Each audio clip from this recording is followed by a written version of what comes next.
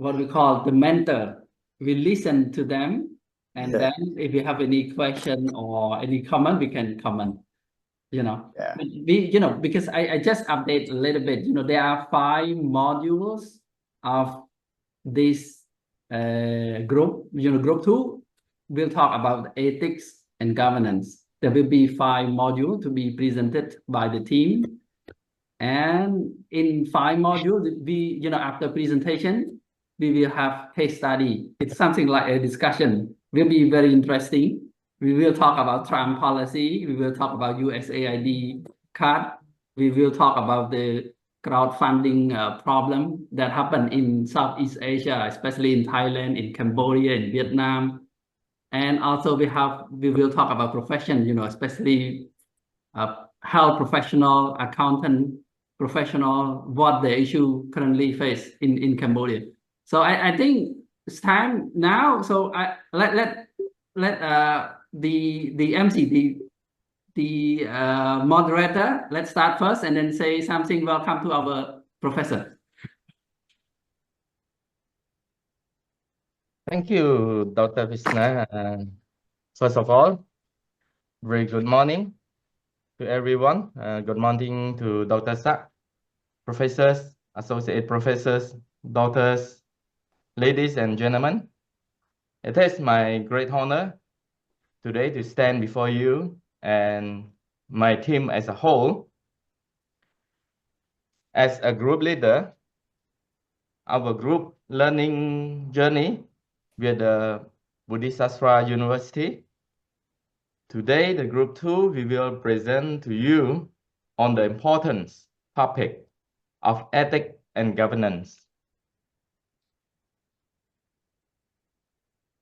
How we can apply this profession, ethics, and business into application and implementation.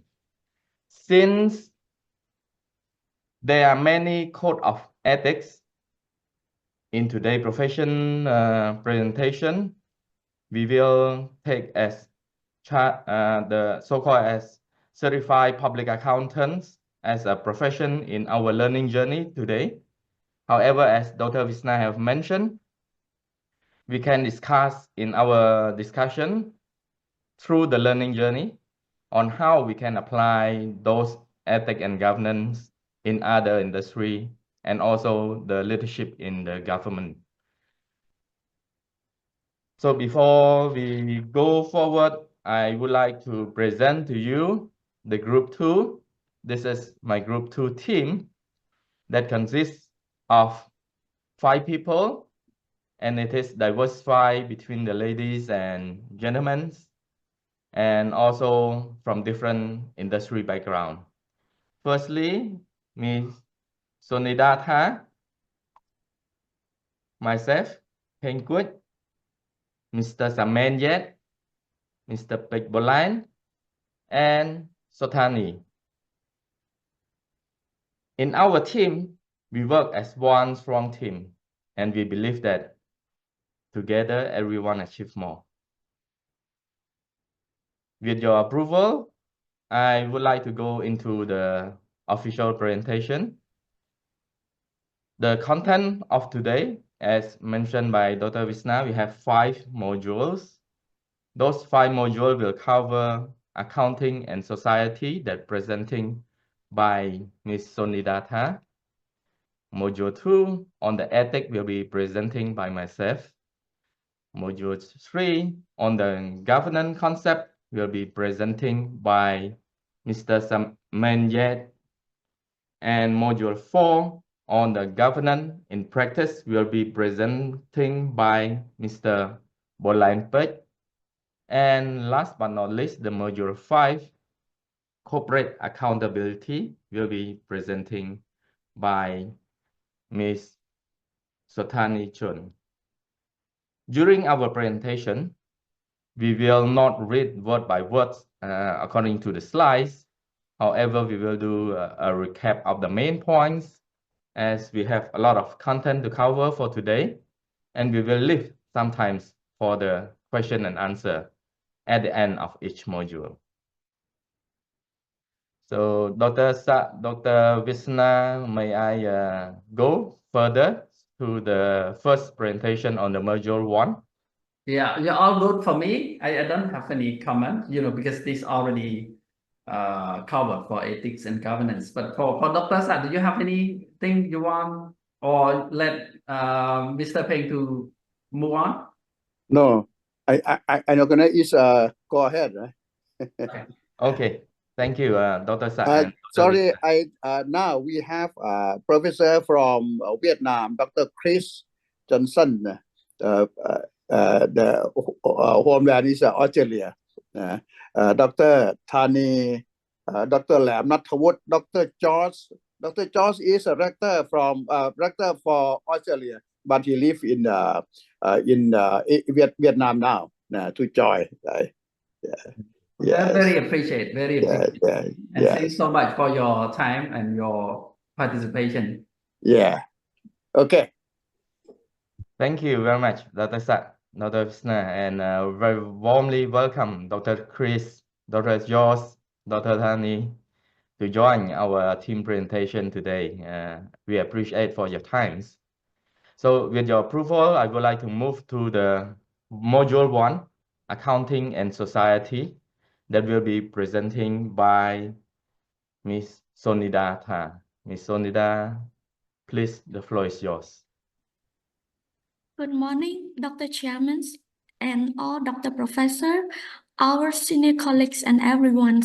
My name is Sonida, and today I'm going to present with the first module called Accounting and Society in the Ethics of Governance.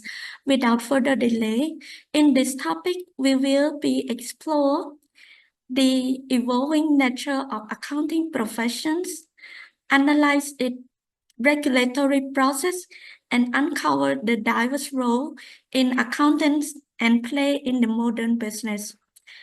Finally, we also explore the critical skill that required to succeed in this dynamic field.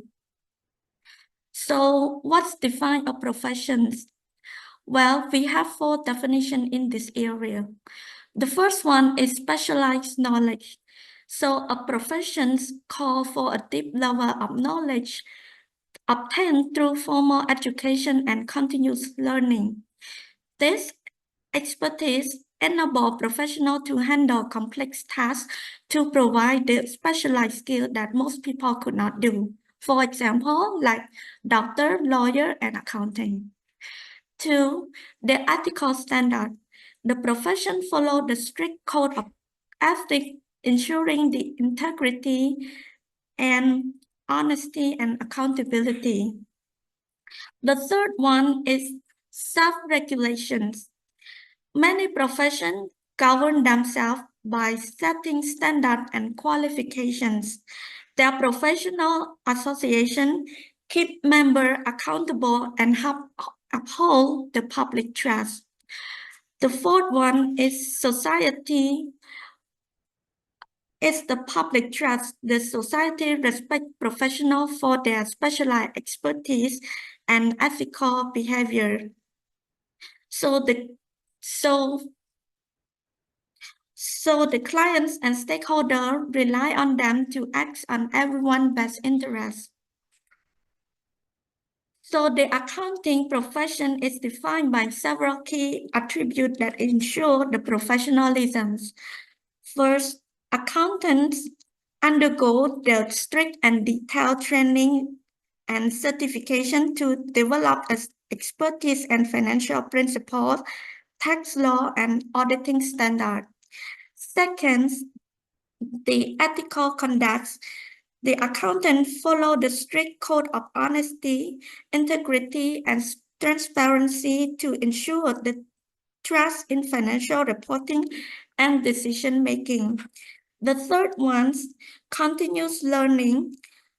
A lifelong learning is essential as accountant to stay updated in these evolving regulations and technology like AI and blockchains. The fourth one is accountant promote financial transparency and stability, serving business and government and society by safeguarding the public trust. The fifth one is accountants take responsibility for their actions and decisions to ensure accuracy, reliability, and compliance in their work. So a core regulatory framework in accounting refers to a system where both government, authority, and private or professional organization share responsibility for regulating and overseeing the accounting professions. We have three groups. It's professional body like ACCA and CPA, two, government oversight, which ensure the profession serve the public and comply with legal requirements. The third one is standard setting body like International Accounting Standard Board and Financial Accounting Standard Board that develop accounting and auditing standards to ensure consistency and transparency. Next, the benefit of the co-regulations. So the co-regulation offers several benefits. First one, it balances professional independence with public accountability. Second, it protects the public by ensuring high standard of practice.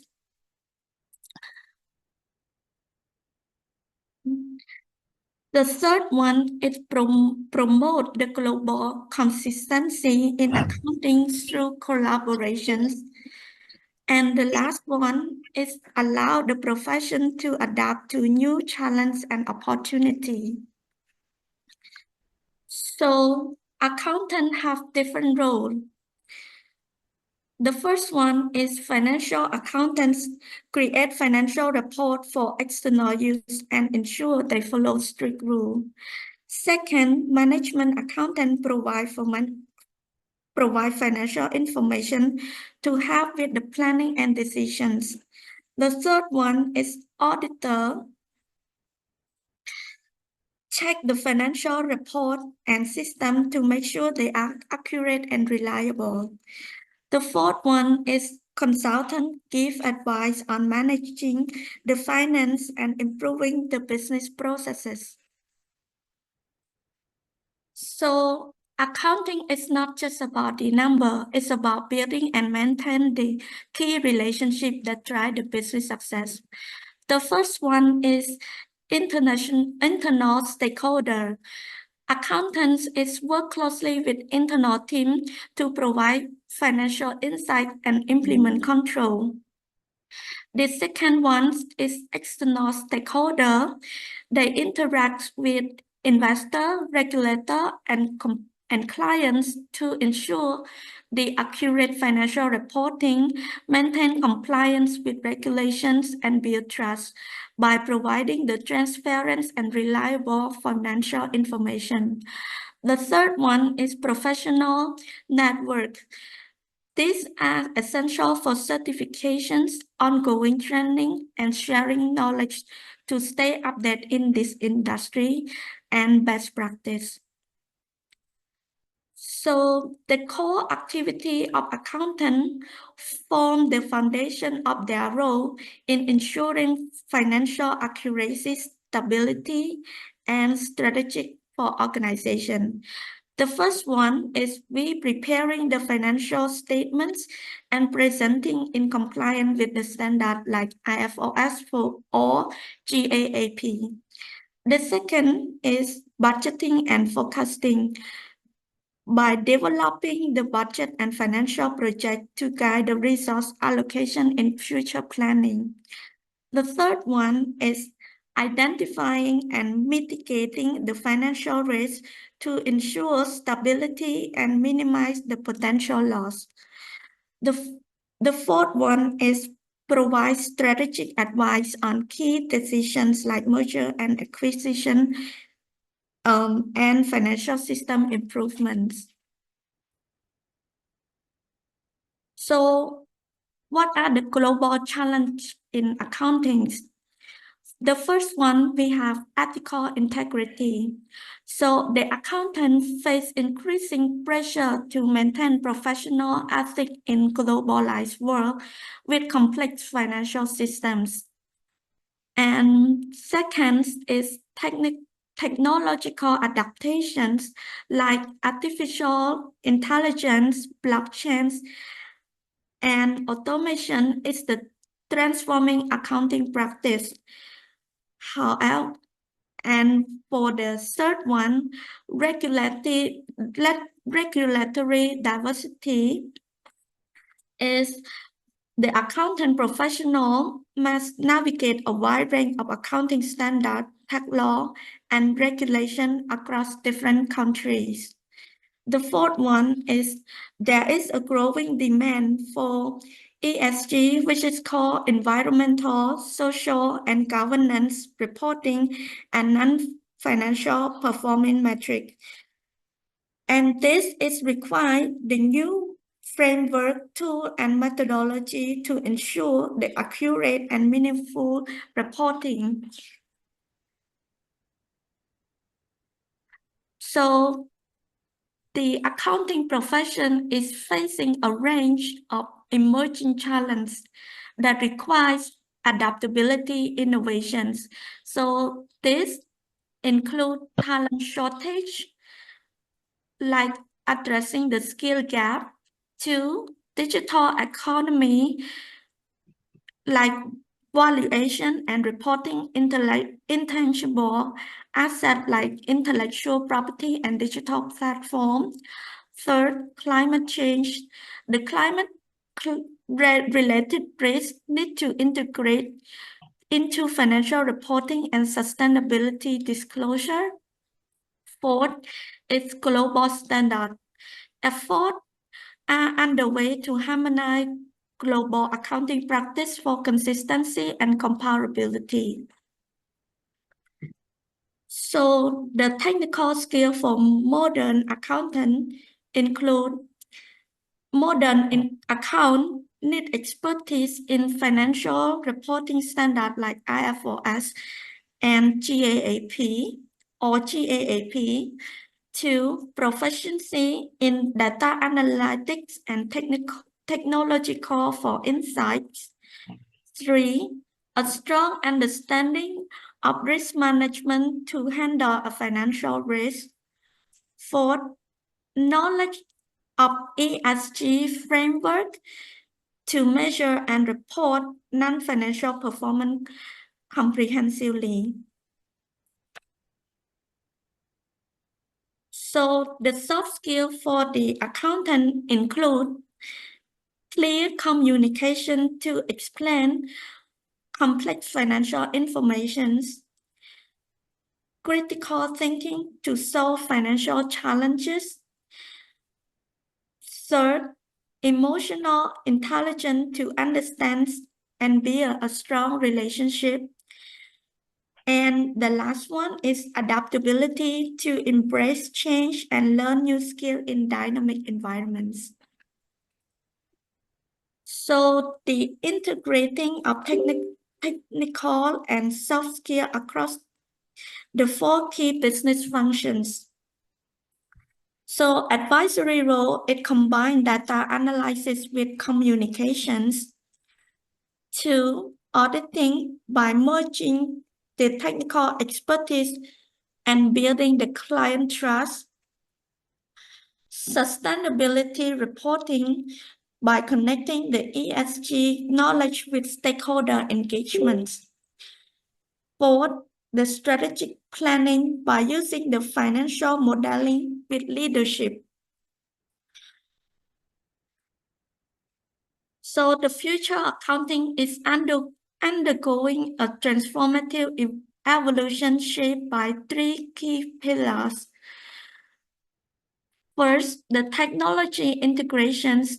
The future of accounting is being shaped by adoption of advanced technology like AI, which enhance efficiency and accuracy in financial processes. 2, strategic advisory. Accountants are shifting their focus from traditional bookkeeping to providing valuable business insight, becoming the key strategic advisor for organizations. Third, global perspective. With increasing globalizations, accountants are adapting to international standards and addressing the cross-border financial complexity to ensure relevant and interconnected world. So, the key takeaway for this field of accounting is undergoing the significant transformations driven by advancement in technology, changing business needs, and global challenges.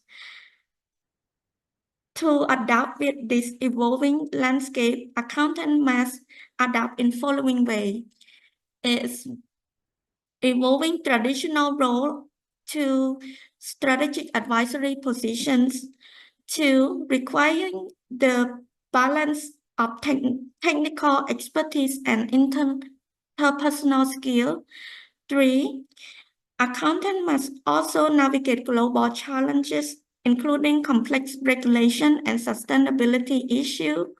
4, while embracing continuous learning to adapt to technological advancement in reporting standards.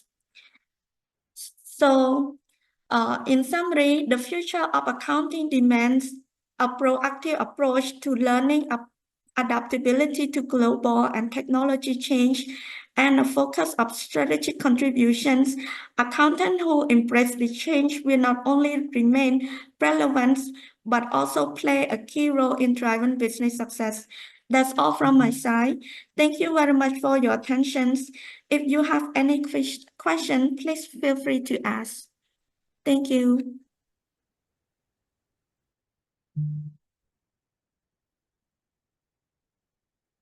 Okay, okay.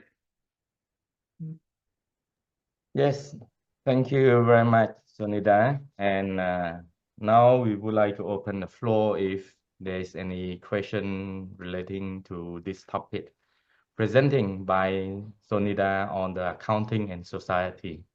Okay, thank you. Thank you. Very nice presentation and meaningful to us. But can you move slide to the attribute of the profession? Yes. I think the first few slides.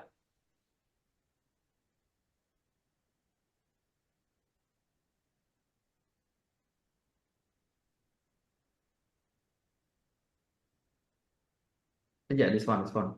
The attribute. Move on. One more. No. Okay, this one. Okay, thank you. Because this is about accounting profession and then consists of 5 components inside. First is about, when we say about profession, it is very talking about the very competent, very high skill, like health professional, accountant, lawyers, doctors, or engineer, or key, or other high skill sector. And then, talking about the profession, we'll combine our formal education training, CPD, continued professional development, also must have code of ethics, comply with code of ethics, accountable to the all stakeholder, and ensure the public trust. But one thing about the health professional, for in ASEAN, we know that some country they have what we can say that have in health industry, some country have very good standard. For example, like Singapore, Malaysia, Brunei, Thailand, it's quite better.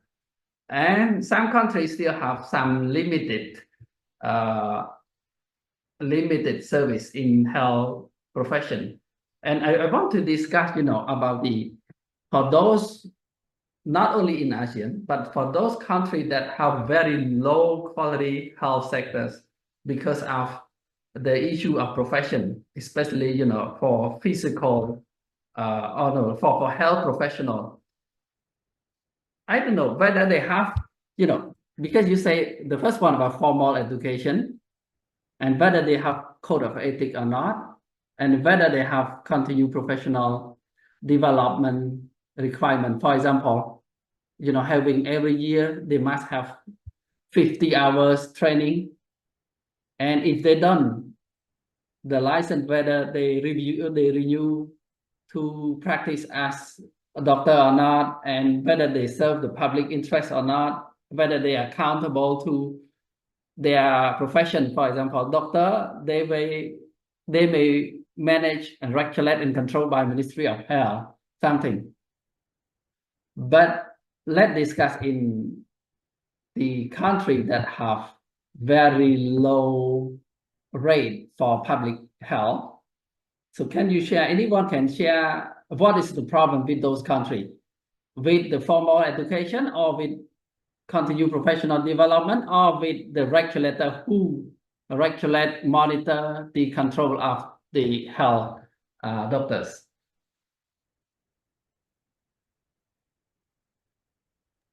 For your team, how do you think, Mr. Peng and the team? You can say about Thailand why they are good in health, but other country or Singapore why they are good, based on this framework, 5 attributes, and then comparing to other country, but don't specific to the specific name, but you can say, okay, specific name of the country. So okay, let's say, and then comparing what the problem. Thank you, Dr. Visna, for the very good question to our team. May I take this question and to give some answer? Yes, please. I think all your team, you can share, and then I think our professor also can contribute some. The professor may share some experience from Thailand as well, because most of from Australia or from Thailand, they have higher education or higher health service than, I think, than us or than other country nearby us. Thank you. And according to my knowledge, I think for the health sector especially, I think mainly is on the regulatory framework and the compliance to the regulatory framework. Usually for all the profession, it must have a combination of a few key strict requirements to be a profession and to get the license. Number one is, of course, on the skill, that they are skilled on which area. Number two is on the formal education, that they have graduated from which part of the skill that they are working on. And number three is on the continued profession development, which is required according to the code of conduct or ethical of the profession. And this one is very, very important, that if for some country that they are very strict in the regulation and compliance, they will do the inspection, they will do the interview, they will looking for the certification. For example, to renew the license, you must present what you have continued learning on the journey. Without presenting those learning journey that require, for example, if the license requires 3 years, every 3 years you have to renew your skill, you have to learn and to get certification. And without that, they will not renew you the license. And according to this regulatory framework, I think the loophole is on the compliance, ethics, and code of conduct. If without strictly compliance to the ethic and code of conduct, and regulator just renewing the license, there will be a loophole in the skill of that contribution. So for some country that they are strictly comply with every single regulation required, those are mandatory, they will have the very good quality of profession in their country. And some of the country that they are less compliant, less inspection, it will be the quantity and quality is based on those compliant measurement. This is my answer. Thank you, Dr. Visna. Okay, thank you, Mr. Peng. I think I can share a little bit more, for two countries. Let's say, in one country, one specific jurisdiction, I learn a lot from social media, Facebook, and then they complain about the ethics of the health professional, when the patient, they come to the hospital, and then less duty of care, less public service, limited public service to those. And then because of they don't have, sometimes they don't learn about, maybe they learn very little about the ethical conduct of doctor, and they don't do CPD, professional development, long life learning. That's why their behavior not good at all. And the accountability to society at large. It's something like they just think about economy, their own interests, but about the interest of the patient, of the public as whole, not good. And formal education is very limited as well, not meet the standard of the qualification.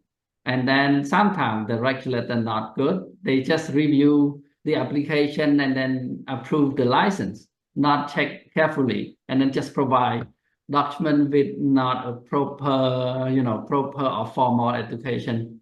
That's very important. But Dr. Sak, can you share about Thailand? Because Thailand, I don't know, for the health professional, do they have to renew license, and then they must follow code of ethics, they must have continued professional development, and then they must have formal education? Thank you, Dr. Vesana. I think that when we talk about ethics and good governance is the important problems in Thailand, and I think in the development country is the same problems. Now in Thailand, I think there is more and more of the problem of ethics and good governance. So I think is the people movement. The people movement trying to solve these problems, because in the government office maybe it's the same of if it is non-good governance, right? Non-ethics, then we don't trust the good governance to solve these problems seriously. But some organizations is trying to solve that. I think is not good. It's not good. Maybe to do for a long time to solve this problem, right? But in the key attributes of the people of the NGO and the some organizations is we call independent organizations of government try that you say in the five step to solve. I think it's okay, but in the practical is the problem, right? Someone to anti to campaign these problems maybe not it may be dangerous for him, right? That we know in Cambodia. In Cambodia. Okay, I think maybe the author can be comment, can be add up the good idea. But I think if we discuss each is a topic, maybe it's the long time. If we present is a final, and after that we can discuss. I think it's maybe better. that is to ask the author. How do you think? Yeah.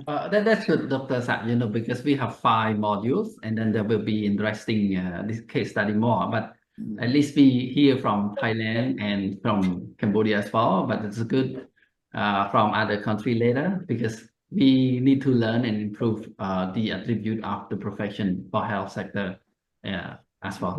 Thank you. Thank you. Dr. Visna, can I say something very quick on here? Yeah. Okay. Just add on to Bong Peng. Dr. Visna, that's very good question, and this is why we have this module, the ethics module here. It is very important, So first of all, for more education, continuing development, training, research, all that, it is the product, right? So we have a product. You're asking why health sector in Thailand is good. So first, we have a product, good product. Come from education, training, continuous learning, all of that. But then without the ethical conduct, ethical behavior, without accountability, without regulation, if you do it wrong or if you not comply, then implication can happen. Without all of that, then the continuing service or add value cannot be happen. That's why this subject is very, very important. I just want to link to this module. Thank you. Thank you so much. Very good comment.